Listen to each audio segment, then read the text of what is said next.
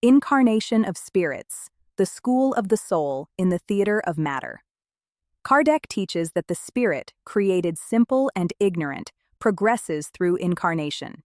By taking on a body, it learns, acts, feels, and evolves.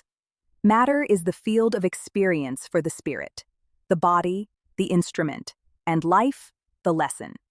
Therefore, incarnating is not a punishment, but an act of divine love that allows the soul to transform ignorance into wisdom and instinct into consciousness. In the process of incarnation, the spirit connects to the body through the perispirit, a semi-material fluidic envelope that serves as a bridge between the spiritual and the physical. This bond is the channel through which the will, thought, and spiritual emotions influence biological functions. During life, the spirit expresses itself through the body. At death, it frees itself from it, but retains its individuality. Modern biology confirms that the body is continuously renewed. Billions of cells are born and die each day. Still, consciousness maintains the unity of being.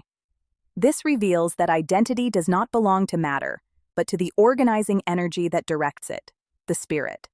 The body is the stage, not the actor. Material life is only a temporary representation in the grand play of divine evolution. The neuroscience of consciousness reinforces this view by showing that mental processes are not limited to the brain. Studies with near-death experiences, memory regressions, and mediumship suggest that consciousness survives the cessation of brain activity. Kardec already stated that the spirit is not in the body like air in a bell, but it surrounds and penetrates it, governing it without confusing with it. Quantum physics offers a powerful analogy. Just as an energy wave manifests in different forms, the spirit manifests in different bodies throughout incarnations. Each existence is a different vibration of the same divine essence. Reincarnation is, therefore, the natural continuation of consciousness, a law of balance and justice that allows the being to reap what it sows and repair what has been dissonant. Kardec teaches that the spirit chooses its tests before incarnating under the guidance of higher spirits. These tests are not punishments, but opportunities for learning, tailored to the moral progress needs of each soul. Thus, physical life is a school, and each difficulty is a lesson carefully planned by divine wisdom. Nothing is useless, nothing is by chance. Transpersonal psychology and epigenetics offer fascinating parallels. Traumas, emotional patterns, and even moral tendencies can cross generations, reflecting deep memories of the soul. The spirit, upon reincarnating, re-encounters environments and bonds that help it readjust and evolve. Life is a laboratory for character and consciousness improvement. Kardec explains that throughout the ages, the spirit purifies itself through successive experiences. Each existence broadens its wisdom and strengthens its love. The sufferings that today weigh it down are tools of refinement, and the joys are rewards for well-applied effort. When the spirit reaches perfection, it no longer needs to incarnate.